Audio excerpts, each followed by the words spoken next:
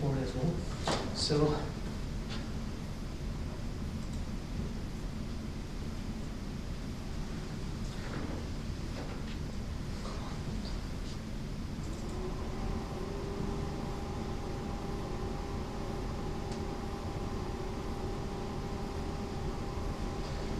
good afternoon, everybody. My name is Reza. I'm going to talk about challenges in explicit and implicit relations. But just by showing your hands, how many of you, for assignment number 2, worked on explicit and implicit relations? Okay, yeah, it was a very exciting paper. It was a trigger for me it was my motivation to work on this project. As you may see, there are lots of challenges to show the implicit and explicit relations both together. If I want to tell you about the differences between these two, suppose that we have different nodes. If there's any edges between two nodes, we call them explicit relations. For example, if A wants to go to B, there's a kind of connection between these two nodes. While if we just want to if we want to place different nodes on the board and we stand back and make our eyes a little blur and see, oh, those kind of nodes, they share somehow a common interest. For example, some people in here, they have mutual languages, or the other may share some other interest. We call it implicit relations.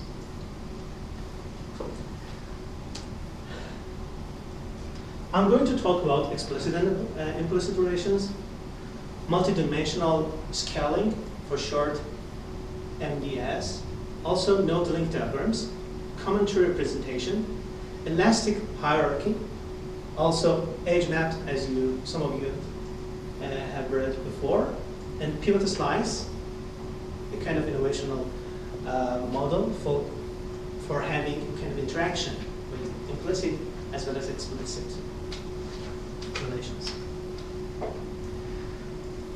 As I told you, explicit relations are specifically shows the connections between entities already present in a given data set. So if you go to the data set, you can see A has a kind of relation, a specific relation with B. Back to the major assignment, I don't want to reveal the code, but back to the major assignment, you remember the question number 3. You have a data set, you want to see which works with which node has relation with the other nodes. So there's a kind of data set, it's very easy. It's like this to find out the connections. But there's a problem. Whenever we want to show all the connections, we may have cross-connection problem. And if the number of edges increases, we may have difficulty to perceive and to understand the relation between nodes. On the other hand, we have implicit relations, which derived from multidimensional data based on the shared properties and similarity measures.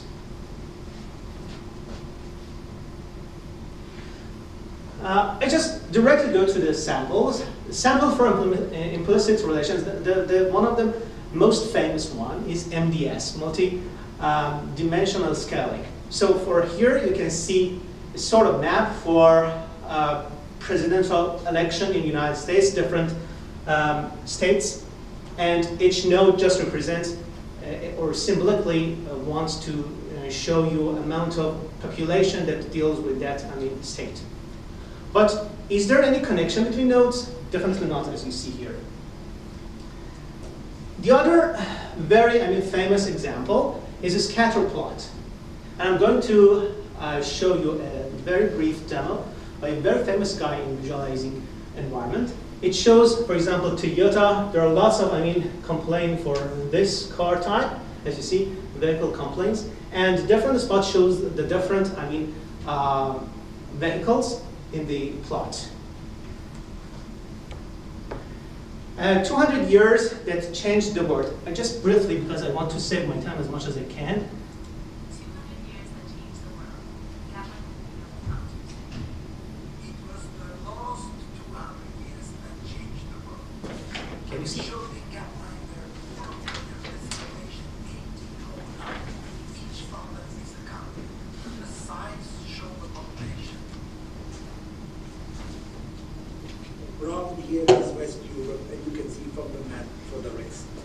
This axis shows health, life expectancy at birth from 30 years to 80 years. And this axis shows income per person in dollar adjusted for inflation and for purchasing power. 200 years ago, all countries of the world had a life expectancy less than 40 years and had an income less than $3,000. Now I start the world.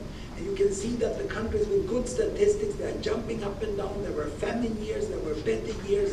And West Europe and North America, in industrialization, started to grow the economy, but health didn't get much better. 200 years have Okay. changed the world. So unfortunately, I cannot, easily switch to the this computer to the, for example, middle of the show. But you saw you get the gist of the idea. We have scatter plot, and it shows the different spots. They're not, connected to each other. They just show you they give you a flavor of the importance of each spot individually. But if you want to connect them together, one of the most famous example is node-link diagram, which typically you see there are some connections between nodes, and this is the most famous one. But you have seen lots of examples where in network topology we use this, and full mesh, it again resembles the idea of question number 3. I don't want to always get back to the major assignment, but you see the problem here is if you just increase the number of edges, it become somehow hard to distinguish the edges, and it's hard to perceive. And also we have a very famous example. It's Toronto. Yeah, everybody knows. No need to explain more. But you know what? I talked about node link diagrams and different nodes, which you can say this is for explicit and this is for implicit. And if I want just to group some of them and say, suppose this is Toronto, this is London, this is Ottawa, for example, and they are in one province, and they are, in Quebec, and we just want to show you somehow a grouping. We can use a sort of background for grouping them, but it's not that much flexible. So the node link group diagram tries to bring more, muscle into this presentation. You know what I'm saying? So also we have node link diagram, grouping diagram in this, demonstration, but they are all under the umbrella of node links. And in the hierarchy, even node link is one of the subsidiaries of the tree representation. And tree representation has several branches.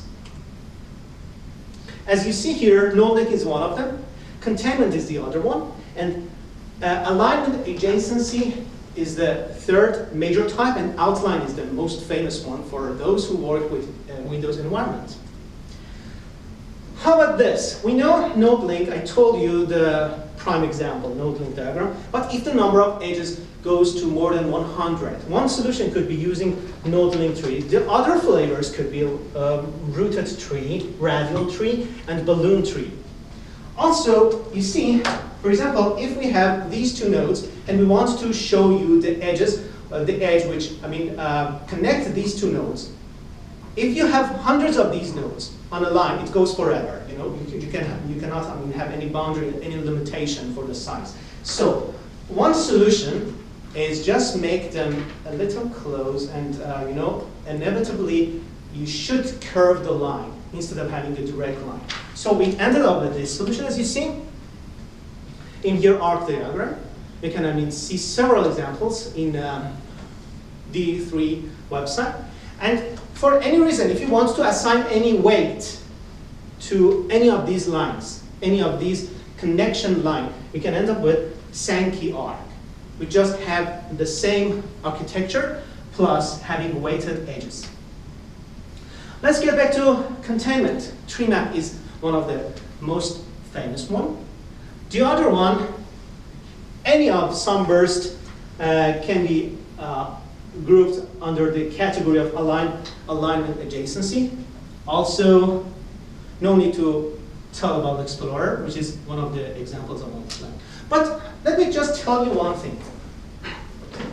Each of these representations has its own pros as well as its own cons. Can we mix the pros of, for example, two models and bring up another, level of presentation and visualization? For example, for node link, it is familiar. It shows both structure as well as items in the same shot. The problem of this is it's hard to scale. If you go for more than 100 nodes, it becomes a kind of vague. It's not, easily perceived by the audience. How about the tree map? Do you remember the tree map? It is scalable, space efficient, eases comparison of branch pattern, but it's not that much familiar, and it's hard to see the structure. Let me bring these two guys together and see node link pros can cover somehow, completely, the tree map cons, and vice versa. The pros of tree map can cover the problem of node link error. And the result of one study is combining these two sort of visualization and give you hybrid form of one or hybrid form of two. And in reality, if you see the result is very magnificent. For 3,500 nodes, you can hardly even go in level 3 in order to distinguish the nodes from each other. And in tree map, it's just like, have a camera on the skyscrapers. You cannot, perceive that much from it. But in elastic hierarchy, as you see, it's very easy. You have the structure, as well as you may have to focus on one part and explore it and go in any detail that you want. And they are the same, they have the same number of nodes. How about edge map? If you have some nodes that they are interconnected somehow, like the relations of musicians, philosophers, artists, any of these kind of examples. And we want to have the other information, like the era that they belong to, or the interests that they share, and we want to have all this information at one glance. Is it possible? So I told you about the cons of the NLD, and also I told you the cons of MDX, which there is no interconnection relation, and you cannot perceive that from multi-dimensional scaling. So the aim of edge map is to have all the flavors at once. To have the relations as well as the peripheral information that we want. And the design goal is integrate multiple relations, showing invisible data patterns, and support serendipitous exploration.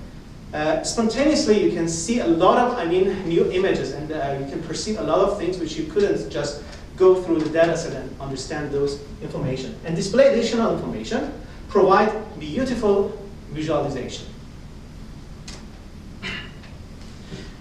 Here, the first thing that comes to our mind is a kind of firework. Hegel has a relation, inspired on some of the philosophers, and like, for example, Karl Marx, and get impact from Kant and some others. And you see the sort of visualization here is not that much dense, and you can perceive a very beautiful picture. They call it interest map. And if you want to see this guy, Hegel, in the time, there is another graph. They call it timeline map, and it shows the order of philosophers on the line, as you see here. So the explicit relation is the existence of influence connections between philosophers, as I told you, and implicit relations could be birth date interests, and professions.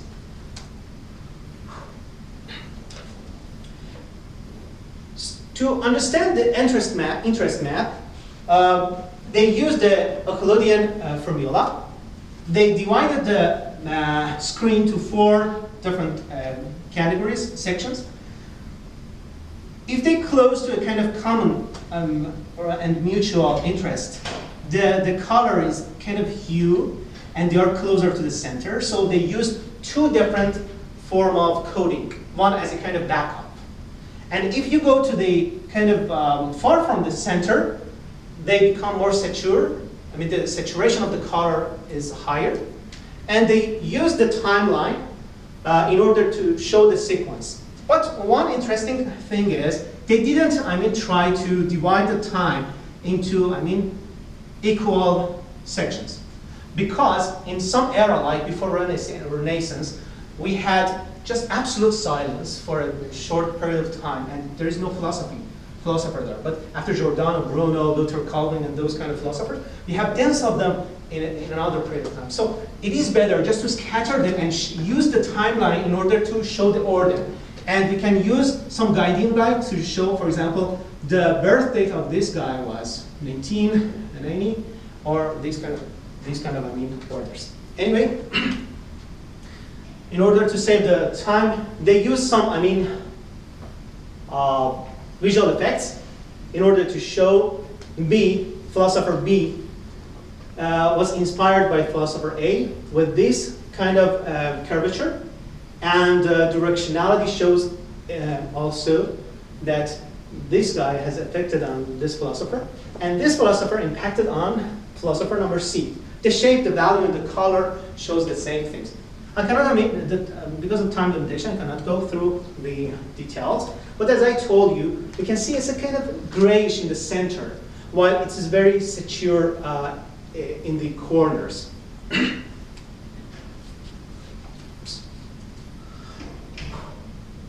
And if I want to go more, because there's one argue that why we do not show all the relations at once. Just if I activate 5 philosophers at a time, you see, it's something like a spaghetti pot.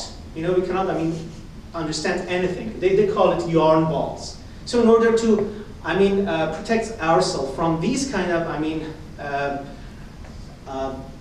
crowdness and dense picture, we just use this. And if anybody has more effects on the philosophers, the firewall becomes more beautiful. And you see a sort of wave-like movement in timeline format. They use beautifully the legend in a grayish format in order to not distract you from the main content. Also, if you click on any of the philosophers, you can see the information, which has come from Wikipedia or any other sources, in the right corner of the screen. And this is the video that I just tried to skip it. But I asked myself that if I want to, for example, show just philosophers which had at least impact on 5 different other philosophers, is it possible?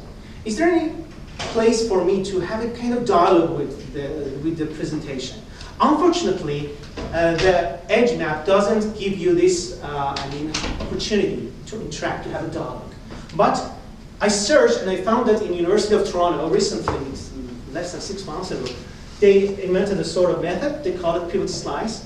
And for example, here they want to show the articles related to knowledge discovery. And you can choose different keywords and put them in the criteria. This is the main canvas. And you can play, and you may have the history. And you can play with the different slides. And there's a video regarding to that. I just want to skip it to have my 20 minutes, as I told you and I promised you. And just my conclusion is a famous sentence from Hans Rosling: let the data set change your mindset. Thank you, everybody.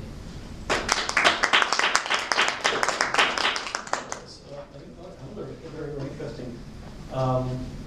Any questions? Someone's going to come on. Yeah. One of your graph shows the philosophers and the interest between them. Okay, can you address the slide number? 25, 26, something like that. So they show the interest of philosophers and the effect of them.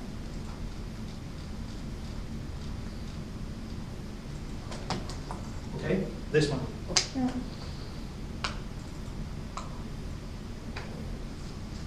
Okay. How can I just give you a preview? Show this slide. Sorry about that, Andre. Yeah? Your question? Do they show a similar interest between them or no? Yeah, there's this possibility that some of the philosophers have the same interest. Yeah, they show the.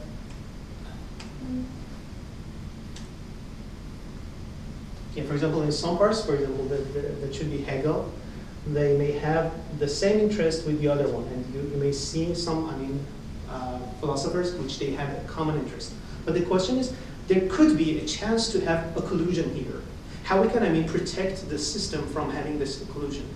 The answer is, they used a kind of approximate formula for that. So we know that no two philosophers can share exactly the same amount of interest, for sure. It's kind of, and you can use a sort of, a nudging in order to shaking the one in order to avoid that collusion problem. It was mentioned in the article.